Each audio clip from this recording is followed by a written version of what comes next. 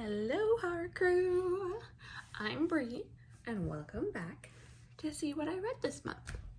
So December was very eventful.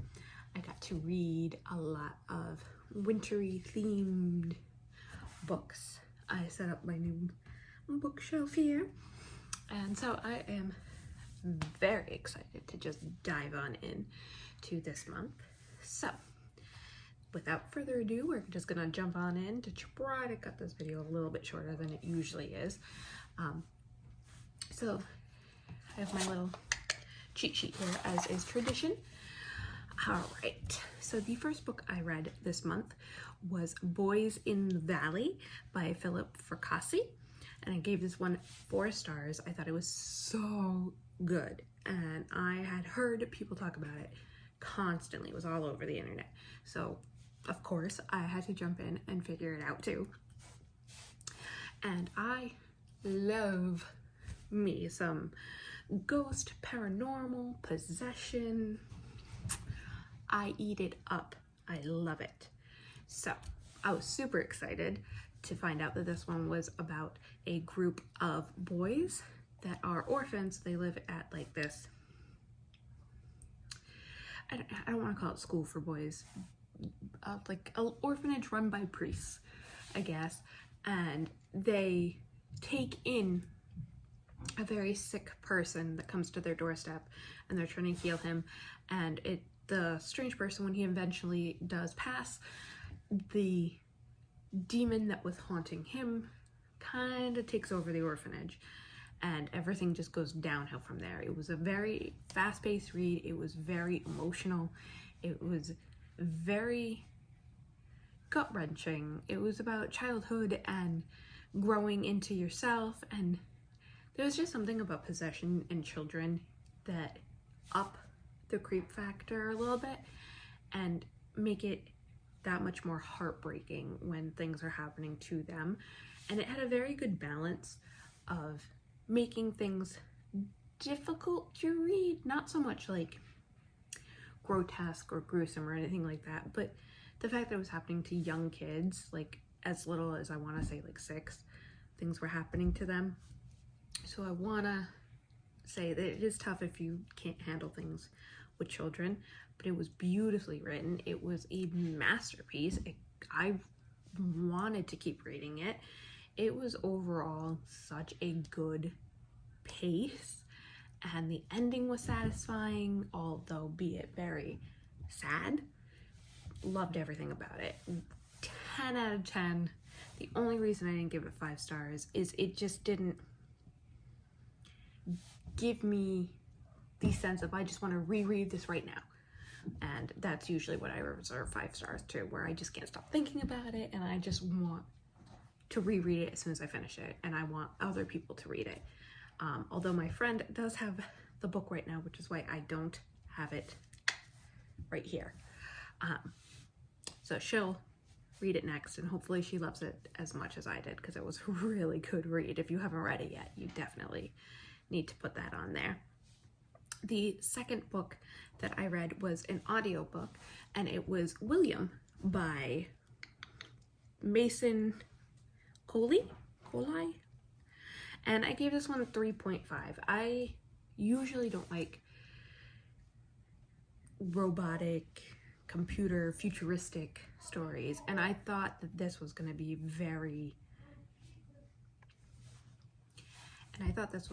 very much typical AI takes over your house type of horror story, you know, like Smart House, that kind of vibe.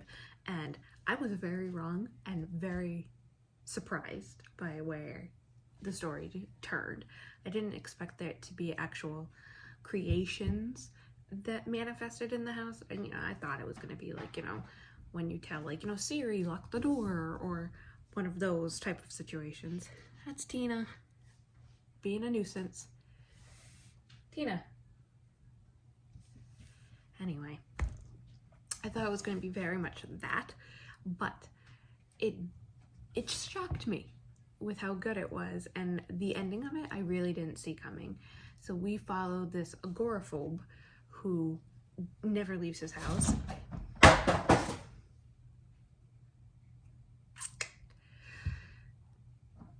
So we follow this agoraphobe who never leaves his house, is terrified of the outside. He has a wife who's pregnant, and she just sold her company so they can work from home and he can realize his dreams of being an inventor. They met in school. They have a very nice life together, but things are kind of crumbling within their marriage. So he takes that pain and channels it into creations. And he created this puppet called William, who he's been working on for a while. And things take a dark turn when William decides that he wants more freedom than he's been granted within this very small room. And his wife has 2 friends over, and that's when William decides, now's my time to show them what I can do. And it evolves quickly. It's not a very long story, and I was very surprised by how much I actually did enjoy it, and it did take the trope of AI and turn it into a way. So I definitely recommend it, especially if you like more of the science fiction-y, robot-y type styles. It did give that very creepy vibe, and I really enjoyed listening to it on audiobook. I thought it was a very good way just to like feel it all happening. Very, very good. The next book I read was What Moves the Dead by T. Kingfisher, and this is my first T. Kingfisher book, and my boyfriend actually bought it because he wanted to read it, and he doesn't read very fast or often, so his first row on the bookshelf is actually all his stuff, and that he hasn't read yet, so maybe I'll read them all and decide what I think of them. But I've also wanted to read this. It was on my TBR list, so I picked it up, and I did not know that it was a story based on the fall of the House of Usher, which is a very good story. I really enjoy that story. So I was super excited when I found that out. And we follow this ex-military or current military, I'm not sure if they're still in it, and they get a letter from their longtime friend saying that she's dying and that you should come see her before it's too late, from her brother. And so he makes all the way down to the House of Usher, which is dilapidated and it's run down and it's kind of creepy, and all the wallpaper's peeling and all the books are moldy, and he just thinks something's off about the house. And he notices that his friend is completely emaciated and it does not look like she's going to last very long. And it's just them. And it's just the story of them. It happens pretty quick, actually, and it's your classic haunted house type story. You get the feels of the creepiness that's happening. There's bumps in the night, people are up walking around, you don't fully understand what's happening. The ending was a little bit confusing, a little bit spooky, a little bit sci-fi. Definitely did give me the House of Usher vibes. Definitely, if you're a fan of the original story, this one is really well done, and I will read more of T. Kingfisher. I think their writing is spectacular, and it was super easy to just go with the flow and just dive into the reading. So definitely we'll be picking up more. And I told my boyfriend that, yeah, it was really enjoyable. You should definitely read it. But, will he? Probably not. All right, the next one that I read was Snow by Ronald Malfi, and this one I read on my Kindle, and I read it because it's a book club book for me, so I definitely wanted to read it. It's very winter-esque, very snow themed, so clearly its name is Snow, and I gave this one 4 stars. I thought it was very interesting. It's cosmic horror, which I did not see coming. Cosmic horror. I wasn't sure where it was going at first. Like, how can snow really be evil without it being like that kitschy, snowmen, snow zombie vibe type thing? But it was really interesting as a cosmic horror, and I usually don't enjoy cosmic horror at all, actually. And we follow this main character who's trying to get back home for Christmas. It takes place on Christmas Eve, actually. All their flights have been canceled. He is trying to get home. He can't, so he rents a car to make it back to his son. And a person he met at the airport, I don't even remember her name either, but they meet at the airport, and she's also trying to get back home to her fiance. All the flights are canceled, so she says, let's just take the ride together. I got the last rental car. Let's just travel together. They pick up 2 more people that are also traveling, trying to get home for Christmas to see their daughter. They're this older couple. And on their way down into the blizzard encased road, they see a man hitchhiking who's saying he can't find his daughter. His daughter was just here. His daughter's missing. Help him find his daughter. And they stumble upon a town that's just dark. There's nobody there. They can't figure out what's going on. It's weird. It's creepy. The main character can't figure it out. And he ends up finding the little girl who is now missing a face. And it totally freaks him out, and he starts panicking. Everybody starts panicking. They're running through the town. Then they find the townspeople, but they're more zombie-like, and they want to eat you. They're not just after you. They want to consume your flesh. And they find out that when you kill one of them, this little glowy snow comes out of them. And it turns out to be an alien type creature that's inhabiting their bodies, turning them into ravenous creatures that need to feed to satiate them. And it's just them surviving the night. It takes place, I think, over 2 days. I think that's it. I think they end up by Christmas night. They end up figuring everything out. But it was a very dark read. Very interesting, especially if you like cosmic horror. I highly recommend it. It was very good, very unique at times, and I really did not mind. When I first found out that they were like alien creatures, I was like, I'm already out. But I pushed through, and I ended up really enjoying it. So definitely, if cosmic horror is not really your thing, just keep pushing, because it's actually a very good read. The next one that I read was for my bingo, which was has to have a number in the title, and bonus if it has more than 1 number in the title. So I picked 1689 by Amy Cross, which is a 13-book series of haunted house. Each one takes place a different year. The title's a different year, and it's the same house throughout all these years and what happens. This is my first one. I haven't read any of the other ones. I'm going to, because I really did enjoy it. And I am just like I said at the beginning, any haunted house, I love it. I want it. I love a good haunting. It's definitely where I fall into the category. Hauntings are my jam. But anyway, we follow the first year that the Hadlow house, the Hadlow house was built. And I thought it was going to be a very slow burn, but like on page 3, people are already dying. And I was like, didn't see that coming.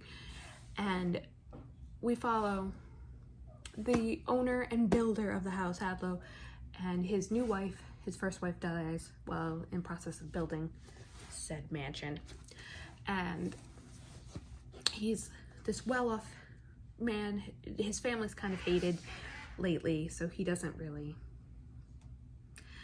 to start over. He doesn't really have any goals other than, I want a family, I want to start over, I want to reframe my family name, I want people to respect it again.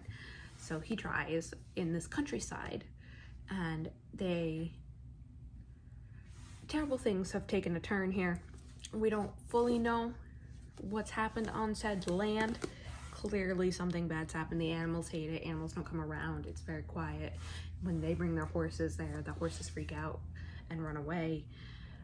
But he gets married again and moves into the house finally with his new wife. and things start taking a dire turn yet again, and the story just kind of unfolds. You start learning what happened when the house was being built, and I don't want to give too much away because it's a very straightforward story, but it's a very good story, but very linear in that sense. But there's an undertone, which is where I think the books are gonna go, because the first book took place just for that one when the house was being built, but clearly something more sinister is going on underneath it all. So I'm excited to I'm excited to read more of them, and I'm excited to see where it goes. I really enjoy the fact that it's the same house through many different years. So I'm really excited to see how it evolves, how people add on to the house, if they take the house away. I'm super excited to see where it goes. So I will be picking up the second one and continuing to read it. And it's 13 books long, so I'm hoping it doesn't get repetitive and, you know, just the same story over and over and over and over and over. So hopefully not. We'll find out. I will let you know as I continue to read it. And if you guys have read it, let me know if it's something I should probably continue or stop now. As of right now, I'm really enjoying it. I'm in. We're gonna see. The next two books, because I'm gonna include both together because they were 1-2, is Candy Cane Kills and Candy Cane Kills Again, by Brian McCauley. And they are the part of the VHS series, which is like Goosebumps for adults. This one is number 2, and this one is number 5 in the series. But it was getting really close to Christmas, and I really wanted a Christmas themed book. And these two just happen to be perfect for that. It's a Christmas slasher. You follow a family that moves into a house. A slasher has killed a family there before, and there's this whole rumor and ghost story of candy cane, and it's just the town's urban legend, essentially. Candyman, Bloody Mary, they have candy cane. And so the family moves into this house. It's a rental. They're there for Christmas to try to reconnect their family together. And it so happens Candy Cane comes back.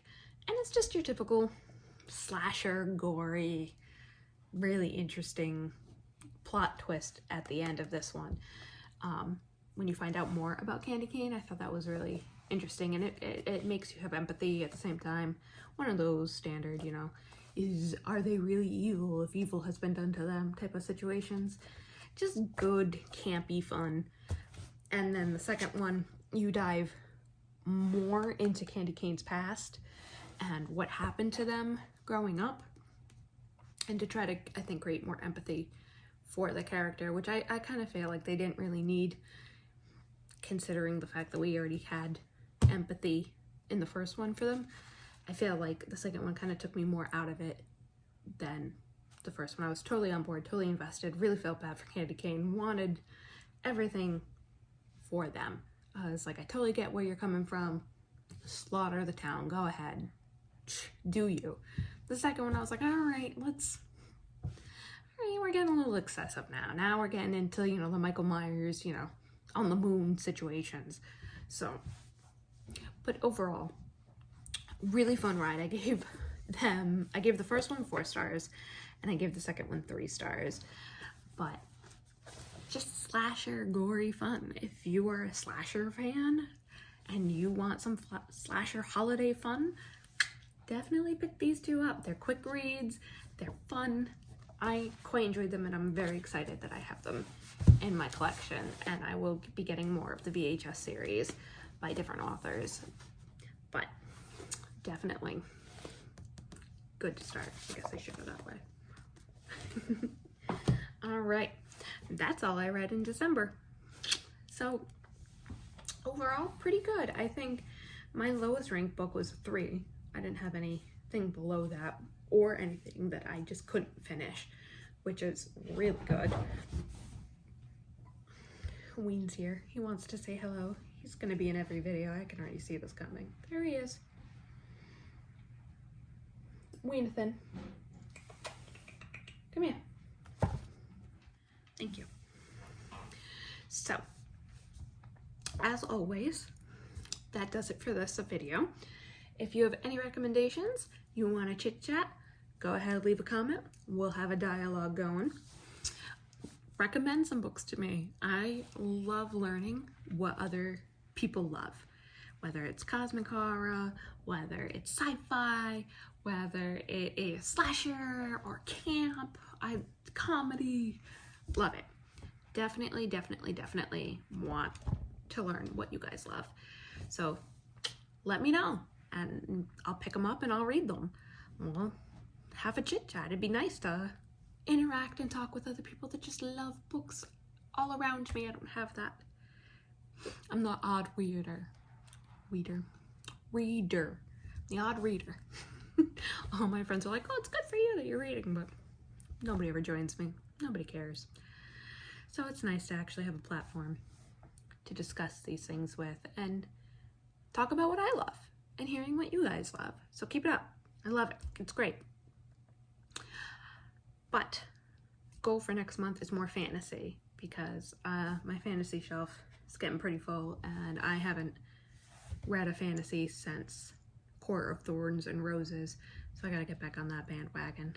Oh, it's been more my horror train. Don't get me wrong, January is gonna have horror, but it might have a fantasy or two in there as well. We shall see.